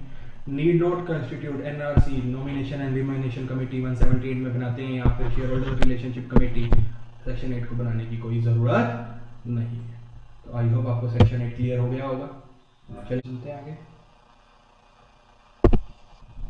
चलें, सेक्शन 8 तक हम कंप्लीट कर चुके हैं, आगे चलते हैं। Section 9 effect of registration. अब कंपनी इनकॉर्पोरेट हो गई, रजिस्टर्ड हो चुकी है और उसी के साथ तो उसके क्या क्या इफेक्ट्स हो सकते हैं। उसको परपेचुअल सक्सेशन का दर्जा वाला मिल गया है, कैरेक्टर 6 में भी हमने कल देखा था। परपेचुअल सक्सेशन अब वो चलती रही, कोई आ रहा है कोई जा रहा है। ठीक है। उसके बाद पावर टू कॉन्ट्रैक्ट, कंपनी अपने नाम पे कॉन्ट्रैक्ट कर सकती है। ठीक है, अपने नाम पे अब मुझे तुम्हारी जरूरत नहीं है। ठीक है। Can sue or can be sued, see you in court, you can see. Company ये बोल भी सकती है और कंपनी को बोला भी जा सकता है। और हैप्पी बर्थडे तो है ही। Date of COI is equal to date of incorporation. COI पे जो डेट है वो डेट ऑफ इनकॉर्पोरेशन होगी अभी तक। हाँ, और अपने नाम पे प्रॉपर्टी भी एक्वायर कर सकती है। ठीक, कंपनी के नेम पे प्रॉपर्टीज एक्वायर हो सकती हैं। ये है हमारा सेक्शन 9।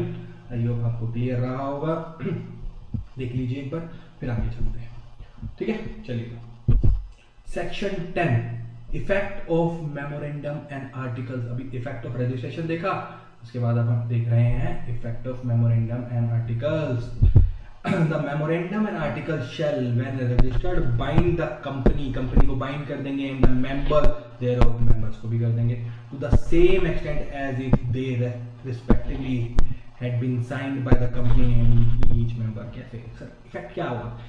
मेंबर बाउंड हो जाएगा कंपनी के लिए, मेंबर बाउंड हो गया कंपनी के लिए। ठीक है, कंपनी को जवाबदारी देनी पड़ेगी। कंपनी बाउंड हो जाएगी मेंबर के लिए, कंपनी को मेंबर को देनी पड़ेगी।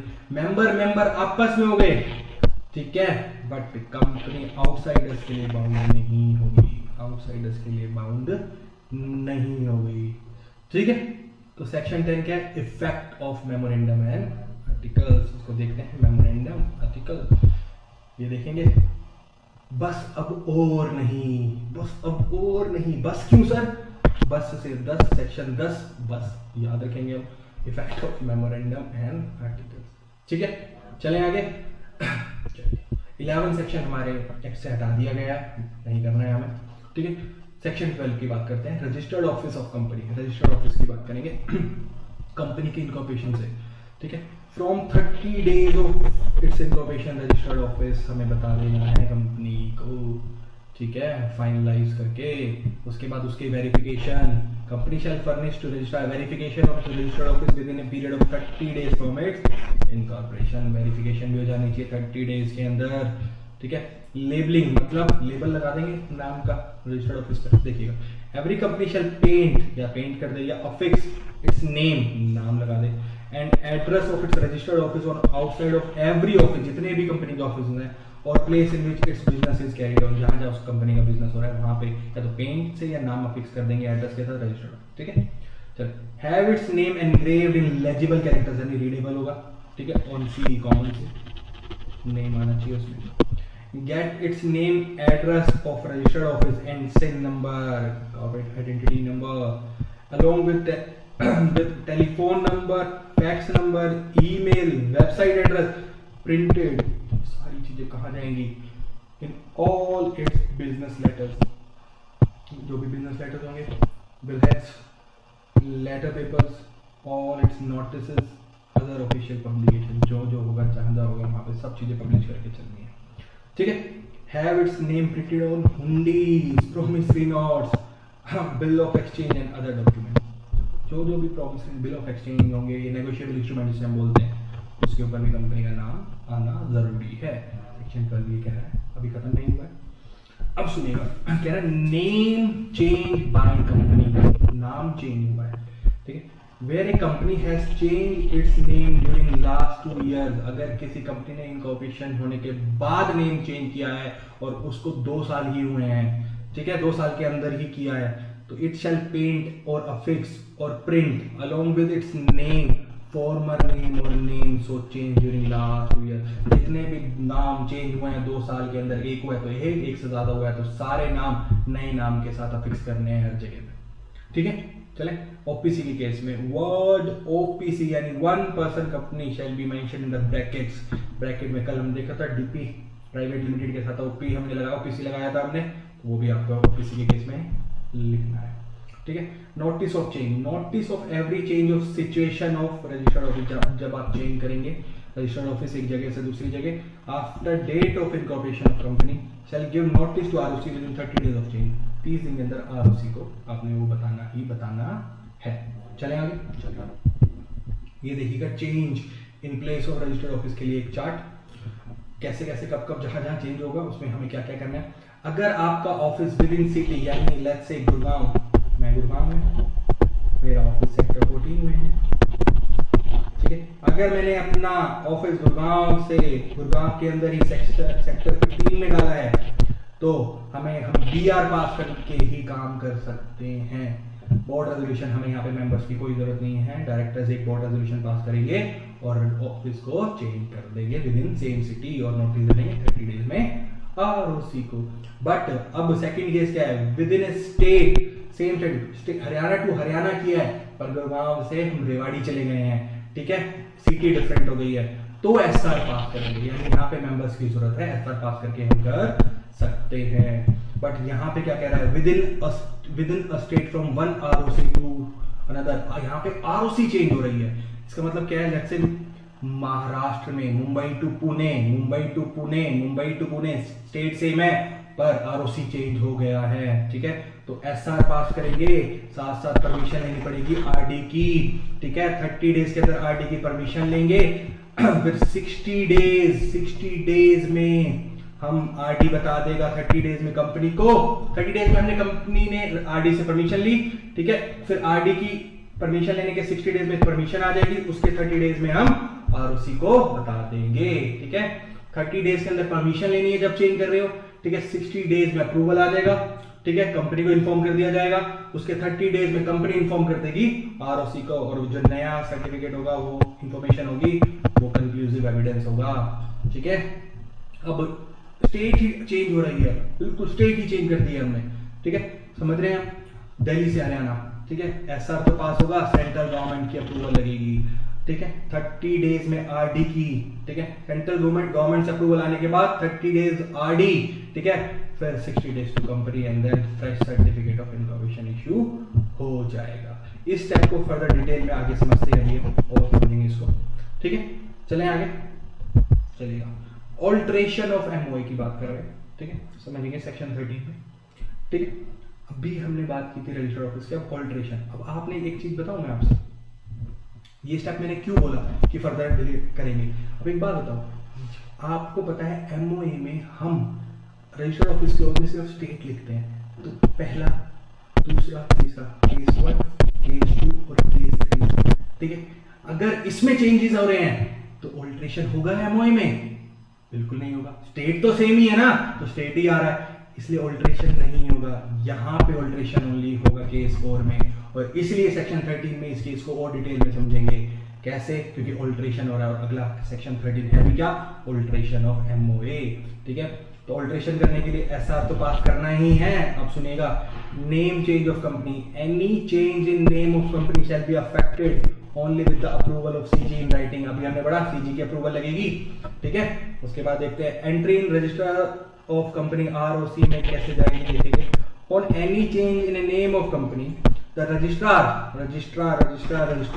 shall enter new name in register, ठीक है, in register of companies in place of old, ठीक है, नया नाम को एंटर कर लिया जाएगा पुराने की जगह, एंड एक नया सर्टिफिकेट इशू कर देंगे नए नेम के साथ। ठीक है, अभी रुको, अभी खत्म नहीं हुआ बाकी। चलिए, कह रहा है चेंज इन रजिस्टर्ड, देखिए is registered, alteration of memorandum relating to place of registered office from one state to another shall not have any effect unless it is approved by CG। ये तो अभी आपको पता ही है। अब सुनिएगा, dispose of application of change of place of registered office की बात करते हैं। CG shall dispose of application of change of place of registered office within a period of 60 days। यानी CG के पास कितना टाइम है? 60 डेज में। या तो हाँ या ना, या तो हाँ या ना। चले आगे। बिफोर पासिंग ऑर्डर, सीजी में सेटिस्फाइड, क्या अपने आप को सेटिस्फाई करेगी थे। ऑल्ट्रेशन हैज कंसेंट, अब आप ऑल्टर कर रहे हो, एक स्टेट से दूसरे स्टेट जा रहे हो सकता है किसी रीजन से जा रहे हो, क्रेडिटर के पैसे ना देने पड़े इसलिए जा रहे हो, तो alteration has consent of creditor, creditor की कंसेंट होगी, डिबेंचर होल्डर्स की, लायबिलिटी होल्डर्स है दोनों, and other person concerned with the company, सबकी कंसेंट होनी चाहिए। Plus sufficient provision has been made by company either for due discharge, जो dues देने हैं आपके, ठीक है, और ऑब्लिगेशन, उसके लिए आपने पूरे अरेंजमेंट्स कर दिए। ठीक है, और उसके बाद adequate security has been provided, या फिर आपने उनको डिस्चार्ज के बदले एडिक्वेट सिक्योरिटी दे दी कि आपके पैसे सेफ है, आपको पैसे मिल जाएंगे, हम चाहे इस स्टेट में रहे चाहे उस स्टेट में रहे, कोई फर्क नहीं पड़ता। तो समझ आई बात आपको ये? चलिए आगे, अब सुनिएगा, कह रहा है filing with registrar, company shall in relation to any alteration of its MOA, registrar को एसआर पास बाय कंपनी और अप्रूवल ऑफ सीजी दोनों देना पड़ेगा रजिस्ट्रार को। ठीक है, filing of certified copy of order with registrar of states. ठीक है, when an alteration of MOA result in transfer of registered office of a company from one state to another, एक state से दूसरे state जा रहे हैं, a certified copy of order of CG approving alteration shall be filed with the ROC of both, पुरानी वाली को भी नई वालों की भी। क्यों? क्योंकि सीजी ने अप्रूवल दे दिया, दोनों को बता दो कि हम टाटा बाय बाय हो रहे हैं पुराने से, नए में हम आ रहे हैं, गले लगा लो हमें। ठीक है, उसके बाद issue of fresh certificate of information, registrar of state where registered office is being shifted to नया shall issue a fresh COI, ठीक है, इंडिकेटिंग ऑल्टरेशन। समझ आई बात? नया आरओसी में नया COI दे देगा। चलिए अब ऑब्जेक्ट की बात करते हैं। कह रहा है change in object of the company, company raised money from public, पैसा लिया हमने प्रोस्पेक्टस के थ्रू इशू करके, and shall have any unutilised amount, जितना हमने लेट्स से 100 करोड़ लिया, हमने यूटिलाइज कर दिया उस ऑब्जेक्ट के लिए जो हमने बताया था, उनको 80 करोड़ 20 करोड़ रह गया, unutilised amount out of money so raised shall not change its object from which it is raised through prospectus unless, कब तक आप चेंज नहीं करेंगे तब तक SR by postal ballot is pass by company. Postal ballot भी एक तरीका होता है कोई भी रेजोल्यूशन को पास कराने का, वो आगे हम पढ़ के चलेंगे।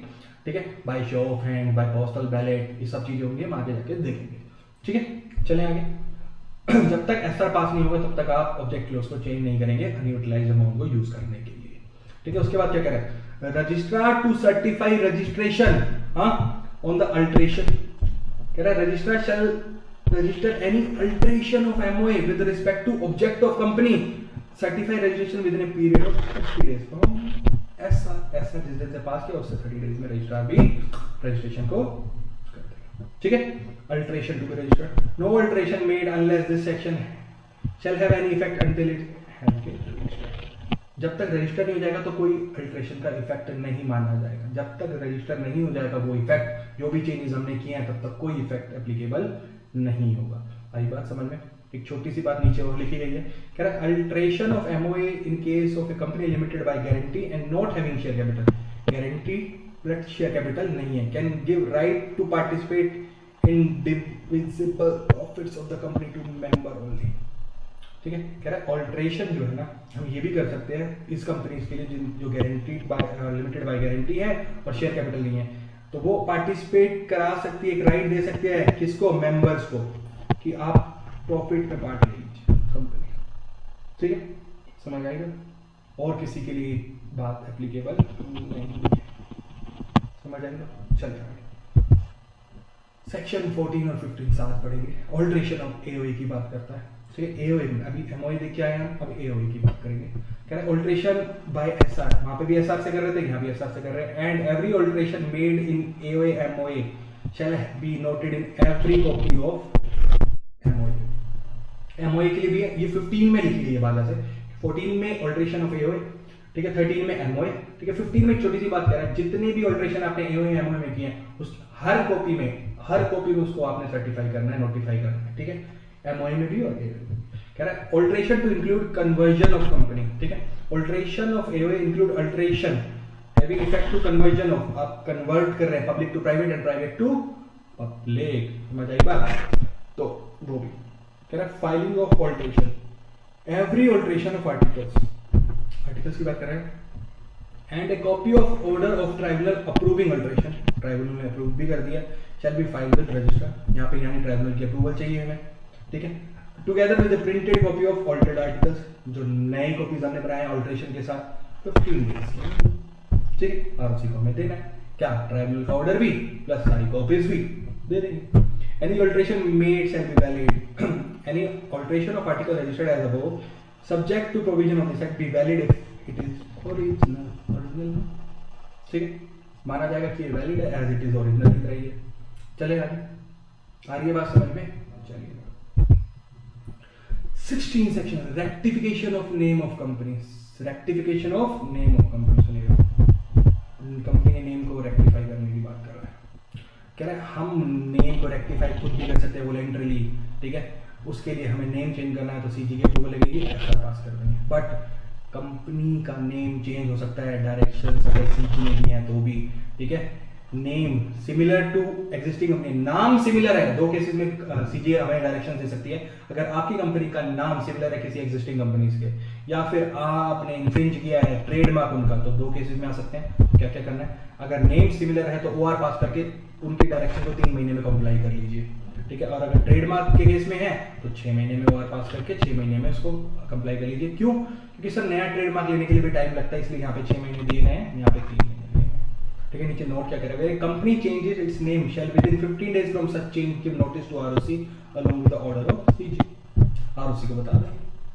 ठीक है, अगर कुछ डिफॉल्ट किया, लायबल पर्सन और पेनल्टी और पनिशमेंट दी। कंपनी के केस में 1000 रुपए का एवरीडे जब तक वो चलेगा, और ऑफिसर 5000 से 1 लाख। ठीक है, ये भी साथ में चले।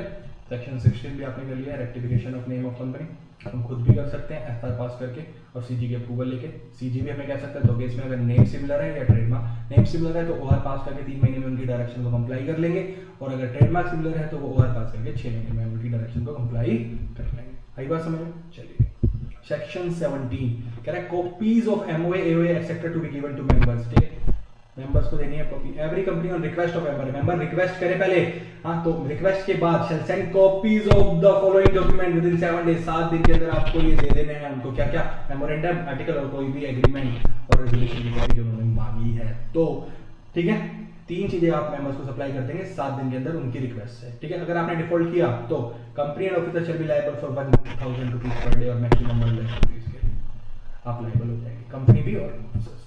ठीक है, चले आगे सेक्शन 17। सेक्शन 18 की बात कर रहा है। अभी आपने देखा था कन्वर्जन की अल्टरेशन में भी, यहाँ पे भी वही कह रहा है, conversion of companies already registered, अब कन्वर्ट हो रही है public to private, private to public, public to private, private to public conversion हो सकता है by alteration of members and articles, memorandum और आर्टिकल्स। एमओए और एओए में आपको अल्टरेशन करनी पड़ेगी इसके लिए। क्यों? चलिए देखते हैं। नेम चेंज हो जाएगा, ऑल्टरेशन मेमोरेंडम में नेम क्लोज में चेंज है, आर्टिकल्स आपको करने ही पड़ेंगे। A company of any class registered under this act may convert itself as a company of other class, यानी अभी बताया public to private, private to public, और अल्टर कर दिया एमओए और एओए को। ठीक है, उसके बाद क्या कह रहा है, file an application to register, application देंगे रजिस्ट्रार को if conversion of company is required to be done. ठीक है, company shall file an application to ROC who after satisfying himself that provision have been complied with clause form registration। तो provision क्या रहेंगे सुनिए, private से public जा रहे हैं तो प्राइवेट में आपने देखा वो लिमिटेशन रेस्ट्रिक्शन प्रोहिबिशन होती हैं, पब्लिक में वो नहीं होती हैं, तो वो हटा दी गई हैं, उसको हटा दीजिए। मिनिमम मेंबर्स की रिक्वायरमेंट को बढ़ा दीजिए, ठीक है, डायरेक्टर्स की रिक्वायरमेंट्स को, तो ये सारे चेंजेस आपने कंप्लाई कर लिए हैं। सेम वाइस वर्सा अगर प्राइवेट से पब्लिक आ रहा है और आगे भी, ठीक है। उसके बाद issue of certificate of incorporation after registering required document, issue of certificate of incorporation is same manner as its first. जैसे इनिशियल में सीओआई आता है, सर्टिफिकेट ऑफ इनकॉर्पोरेशन इसके लिए भी आपको सीओआई इशू हो जाएगा। आगे सुनिएगा, कह रहा है no effect on debt liabilities etcetera incurred before conversion. पहले की डेट और लायबिलिटी जो थी वो आगे कैरी फॉरवर्ड रहेगी, अब उसमें कोई दिक्कत नहीं आएगी। Registration of a company shall not affect any debts liabilities obligation और कॉन्ट्रैक्ट्स इनकर्ड और entered into by company before conversion, same as it is carry forward कर देंगे। आई बात समझ में सेक्शन 18। चलें आगे सेक्शन 19 कह रहा है subsidiary company not to hold share in holding company. Subsidiary company अपनी होल्डिंग कंपनी में शेयर होल्ड नहीं कर सकती है, ठीक है। क्रॉस होल्डिंग बोलेंगे आप, अपने अकाउंट्स वगैरह में पढ़ा होगा, होल्डिंग में देख लेते हैं उसके केसेस भी क्या हैं। No company shall either by itself और through its nominee hold any share in its holding company shall allot और transfer its share to any of its subsidiary can be void. Holding company अगर अपनी company को transfer कर रही है तो वो वॉइड माना जाएगा, समझ आया। पर इसके कुछ एक्सेप्शन है। फिर subsidiary company hold share as a legal representative, ठीक है, किसी और के बिहाफ पे आपने होल्ड किया, आप उनके लीगल रिप्रेजेंटेटिव है ऑफ ए डिजीज्ड मेंबर, ठीक है, तो चलेगा। दूसरा, subsidiary company as a trustee hold कर रही है तो चलेगा, या फिर होल्डिंग सब्सिडरी का रिलेशनशिप बनने से पहले आप होल्ड कर रहे थे, ठीक है। Where subsidiary company is a shareholder even before become subsidiary of a holding. समझ आएगा। Section 19 subsidiary company can not hold shares in its holding company, ठीक है। सेक्शन 20 देखते हैं सर्विस ऑफ डॉक्यूमेंट्स, ठीक है। सर्विस आप कंपनी को कैसे सर्व कर सकते हैं डॉक्यूमेंट, और कंपनी आगे आरओसी को या मेंबर्स को कैसे कैसे सर्व कर सकती है कोई भी document. Serving of documents to company, अगर आप कंपनी को करने हैं, ठीक है, तो बाय रजिस्टर्ड पोस्ट कर सकते हैं, स्पीड पोस्ट कर सकते हैं, कोरियर सर्विस कोई भी टीडीसी, लीविंग इट एट उसके रजिस्टर्ड ऑफिस पे छोड़ सकते हैं। मींस ऑफ सच इलेक्ट्रॉनिक और अदर मोड यानी ईमेल भी कर सकते हैं, ठीक है। 4 मार्क्स का क्वेश्चन आ सकता है, ठीक है। तो अच्छे से देखेंगे सर्विस ऑफ डॉक्यूमेंट पे कंपनी को करने हैं तो, और अगर कंपनी कर रही है रजिस्टर या आरओसी या मेंबर्स को, भाई by post, registered post, speed post, courier. देखिए 3 तो ये सिमिलर है इसके साथ के, ठीक है। एक पोस्ट एक्स्ट्रा दे दिया, वही तीसरा डिलीवरिंग एट इट्स ऑफिस और एड्रेस, और यानी इसमें एक पोस्ट एक्स्ट्रा, ठीक है। आई बात समझ में। सेक्शन 20, ठीक है, समझ रहे हैं। Section 21 authentication of document proceedings and contract. Authentication मतलब साइन कैसे कौन करेगा, कह रहा है authentication of documents proceedings and contract these may be signed by KMP और ऑफिसर और एम्प्लॉय। की मैनेजर पर्सन भी कर सकता है, ऑफिसर भी कर सकता है कंपनी का, और एम्प्लॉय भी कर सकता है जिसको ऑथराइज किया गया बोर्ड के द्वारा। समझ आई बात। तो केएमपी कौन होता है, सेक्शन 2 सेक्शन 51 में उसके बारे में बताया गया। केएमपी होता है सीईओ या एमडी या manager, CS whole time director, CFO chief financial officer, या कुछ अदर पर्सन किसी को प्रिस्क्राइब किया गया, अदर ऑफिसर्स को प्रिस्क्राइब किया गया है। तो आई बात समझ में। तो ये लोग साइन कर सकते हैं कंपनी के डॉक्यूमेंट्स को, ठीक है, कॉन्ट्रैक्ट्स को, प्रोसीडिंग्स को। चले लास्ट सेक्शन, उसके बाद आगे कुछ और भी बाकी, ऐसा नहीं है खत्म हो रहा है lecture. Section 22 execution of bills of exchange etcetera. Bills of exchange के लिए क्या करें, सिंपल सा सेक्शन है, एक बार नॉर्मल गो थ्रू कर लेते हैं, थोड़ा ज्यादा इंपॉर्टेंट भी नहीं है।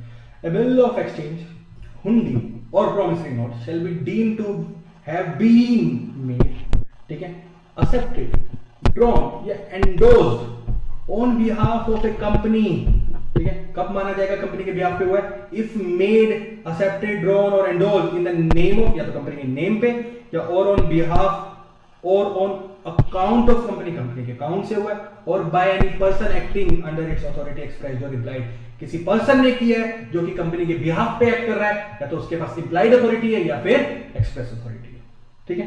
कंपनी में by writing under its common seal, लिखित में कॉमन सील के साथ, if any authorise any person either generally और in respect of any specified matter as it attorney to execute the other deeds on behalf in any place either in और outside India. Company return में common seal के साथ किसी भी person को authorise कर सकती है, समझ रहे हो, टू एग्जीक्यूट दिस, ठीक है, अटॉर्नी बना सकती है, पावर ऑफ अटॉर्नी जिसे बोलते हैं, समझ आई बात। A deed signed by such attorney on behalf of the company and under his seal shall bind company, तो कंपनी को बाइंड कर देगी, कंपनी को बाइंड कर देगी उस पर्सन ने कोई भी डील एग्जीक्यूट करी है जिसको ऑथराइज किया गया था कंपनी ने रिटर्न में, सी कंपनी ने रिटर्न में सील के साथ, तो जो उसने काम किया वो कंपनी पे बाइंड हो जाएगा। सेक्शन 22 समझ आ गया हो आपको। सेक्शन 3 to 22 हम कर चुके हैं, बट स्टिल इससे रिलेटेड अभी कुछ और बातें बाकी हैं, वो देखेंगे। डॉक्ट्रिन, जिसे मैं बोलता हूँ डॉक्ट्राइन। अब डॉक्ट्राइन कौन होती है आपको तो पता ही, डॉक्टर की वाइफ, तो वही डॉक्ट्राइन्स पढ़ेंगे। डॉक्ट्राइन से डॉक्टर की वाइफ, हाँ, ठाकुर की ठकुराइन की मालकिन, तो वैसे डॉक्टर की डॉक्ट्रिन। चलिएगा कुछ डॉक्ट्रिन है। डॉक्ट्रिन ऑफ इंडोर मैनेजमेंट क्या है, आइए देख लेते हैं। According to this doctrine, person dealing with company, इस डॉक्ट्रिन के अंतर्गत हमें क्या पता चल रहा है, जो कोई भी पर्सन कंपनी से डील कर रहा है, need not inquire whether internal proceedings relating to contract, जैसे थर्ड पार्टी कोई कॉन्ट्रैक्ट करना जा रही है कंपनी के साथ, तो उनको एक लीवरेज मिल रही है इसके थ्रू। क्या उनको जरूरी नहीं है इंक्वायर करने का कि कंपनी ने वो कॉन्ट्रैक्ट जो किया है, हाँ, उसके लिए सारी इंटरनल प्रोसीडिंग्स को फुलफिल कर लिया है, relating to contract are followed correctly once they are satisfied that the transaction is in accordance with MOA। But हाँ, एक चीज जरूर ध्यान रख लीजिएगा, ये चेक कर लीजिएगा कि जो कंपनी काम कर रही है उसके MOA के अकॉर्डिंग है या नहीं है। अगर वो नहीं है तो गलत है, ठीक है। बट इंटरनल प्रोसीडिंग उसने एफआर पास किया है नहीं किया है, हमें उससे कोई लेना देना नहीं है। ये इंडोर मैनेजमेंट आपको कह रहा है, समझ आई बात। Stakeholders need not inquire whether necessary meeting was convened and held properly और वेदर नेसेसरी रेजोल्यूशन, उसके लिए मीटिंग हुई है, एसआर पास हुआ है, ओआर पास हुआ है, नहीं हुआ है, हमें कोई लेना देना नहीं है। कंपनी के बिहाफ पे कोई आ रहा है हमसे डील करने के लिए, हम कर लेंगे, बट ये जरूर चेक कर लेंगे कि एमओए के अकॉर्डिंग हो रहा है, ठीक है। तो इसका सम अप यही है, doctrine helps protect external member from company, बाहर वालों को कंपनी से प्रोटेक्शन, एक कवच, ठीक है। And state that people are entitled to presume that internal proceedings are as per documents submitted with, हम मान लेंगे कि सब काम हो गया, अच्छे से हो गया, बताइएगा। नीचे क्या करें, doctrine of indoor management evolved around 150 years ago in context of doctrine of constructive notice। Constructive notice के साथ साथ इसी को आया गया था ये, ठीक है। तो बात ये पॉइंट रिलेवेंट ही है, वैसे अभी आपके लिए कुछ करना नहीं है। नीचे वाला पॉइंट समझते हैं, कह रहा है doctrine of constructive notice protects a company from outsiders, just opposite ही हुआ, लगभग वही बात कह रहा है। कह रहा है doctrine of constructive notice protects a company against outsider, doctrine of indoor management protect outsider against actions of company, ठीक है। कुछ एक्सेप्शंस दिए हैं इसके, आइए वो देखते हैं। Exception to doctrine of indoor management, knowledge of irregularity, ठीक है। अब आप आउटसाइडर हो, पर आपको पता है कि ये इरेगुलरिटी हो रही है, हाँ, तो आप उसको नजरअंदाज मत कीजिएगा। In case this outsider has actual knowledge of irregularity with in company, benefit and the rule of indoor management would not know longer be available, तो आपको उसका बेनिफिट, इंडोर मैनेजमेंट का बेनिफिट नहीं दिया जाएगा, ठीक है। इस पे भी केस लॉज है, केस लॉज है यहाँ पे भी, ये आपको केस लॉ की क्लास के साथ ही मिल जाएगा, या फिर आपको पेन ड्राइव में सब कुछ मिल जाएगा। Negligence, if with minimum of efforts irregularities with in A company could be discovered, ठीक है। आपको लगता है कि आप थोड़े से एफर्ट करोगे तो आपको पता चल जाएगा कि कंपनी ने सारे काम किए हैं या नहीं किए हैं, ठीक है, समझ रहे हैं, थोड़े से। और आप कह रहे हैं छोड़ो ना, हमें क्या करना है, इंडोर मैनेजमेंट बचा तो रहा है हमें, तो गलत है, तो आपको इस चीज का बेनिफिट नहीं मिलेगा। ऐसा नहीं है कि आपको सब कुछ पढ़ना है, तो विद मिनिमम एफर्ट्स आप काम को पता कर सकते हैं, ठीक है। तो या फिर फॉर्जरी, गलत ही करें, rule does not apply where a person relies upon a document that turns out to be false since nothing can validate forgery। Forgery से वो डॉक्यूमेंट एग्जीक्यूट हुआ है तो वैसे भी कुछ नहीं हो सकता, इंडोर मैनेजमेंट आपको नहीं बचा सकता। तो यहाँ पे भी केस लो है और यहाँ पे भी केस लो है, सब हमें करने हैं, ठीक, हम करके चलेंगे आगे केस लो की क्लास में। एक केस लो हम पढ़ रहे हैं रॉयल ब्रिटिश बैंक का, जिसे हम टर्कुएंट रूल भी बोलते हैं। क्या था, कह रहे articles of the company stated that the directors of the company could borrow money। Articles में लिखा हुआ था कि डायरेक्टर्स ऑफ कंपनी बोरो कर सकते हैं money on behalf of company if they are authorised by resolution pass by shareholder in general meeting, ठीक है। रेजोल्यूशन पास होना चाहिए जीएम में, तो बोर्ड ऑफ डायरेक्टर जाके पैसा बोरो कर सकते हैं, ठीक है, समझ आई बात। इतना लिखा हुआ था कंपनी के director borrowed money from Turquand without obtaining any authorisation from share holder. ठीक है, डायरेक्टर ने बोरो कर लिया पैसा, टर्पॉइंट ने, डायरेक्टर ने बोरो कर लिया पैसा, ठीक है, पर शेयर होल्डर से बोरो के बिना। ठीक, सुनिए, टर्पॉइंट had lent the money to the company assuming that the authorization from shareholder has been taken। उसने यही अज्यूम किया, एमओए में था, बट उसने अज्यूम कर लिया कि इंटरनल प्रोसीडिंग्स मतलब काम हो गया है, रेजोल्यूशन पास हो गया है जनरल मीटिंग में। ठीक है, it was held that money borrowed by the director without the authorisation from the shareholders amounted to mere internal irregularity and thus टर्पॉइंट कुड रिकवर द, उसको कोई दिक्कत नहीं है, टर्पॉइंट अपना पैसा वापस ले सकता है, उसने सही अज्यूम किया था इंडोर मैनेजमेंट के अकॉर्डिंग। ठीक है, चलें आगे। एक छोटी सी बात मैं आपके साथ चलो कर ही देता हूँ। एक केस में अनंत बिहारी लाल वर्सेस विंशा एंड कंपनी लिमिटेड। इसमें क्या हुआ, एक अकाउंटेंट था कंपनी का, ठीक है, उसने एक कॉन्ट्रैक्ट किया थर्ड पार्टी के साथ, क्या करने के लिए, कंपनी की प्रॉपर्टी बेचने के लिए। अकाउंटेंट कह रहा है मैं कंपनी की प्रॉपर्टी बेचना चाहता हूँ, ठीक है, तो कोर्ट ने क्या कहा सुनिएगा, it was held that the third party could not assume that an accountant can have authority to sell the property of the company. एक अकाउंटेंट कैसे सेल कर सकता है, आपको लगता है कि कर सकता है, नहीं कर सकता। एंड दस third party could not enforce such contract against the company even though third party acted in good. तो आप बताइए किसका केस लो है, बता सकते हो? हाँ, बता सकते हो क्या ये केस लो किसका है? नॉलेज ऑफ इरेगुलरिटी, नेग्लिजेंस या फॉर्जरी? ये है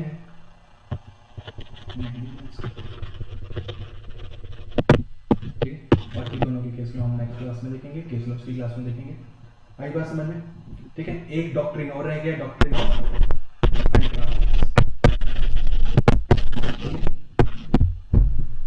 ठीक, ये भी आपको बढ़ाया जाएगा।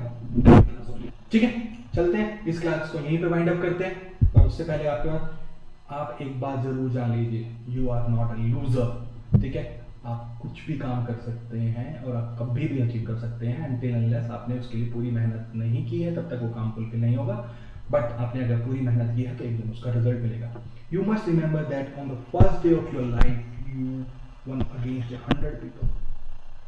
समझ रहे हैं आप? तो आप जब से पैदा हुए तब से आप जीतते आ रहे हैं, तो ये समझिए आप जीतेंगे, हमेशा जीतेंगे, कभी भी आप लूजर नहीं है। ठीक है, थैंक यू सो मच। फिर मिलते हैं अगली क्लास में नए लेक्चर में नई चीज़ों के साथ। आई होप आपको पसंद आया होगा। Please do share this video with your friends and subscribe my channel. ठीक है, थैंक यू सो मच, मिलते हैं जल्दी, बाय बाय, टेक केयर।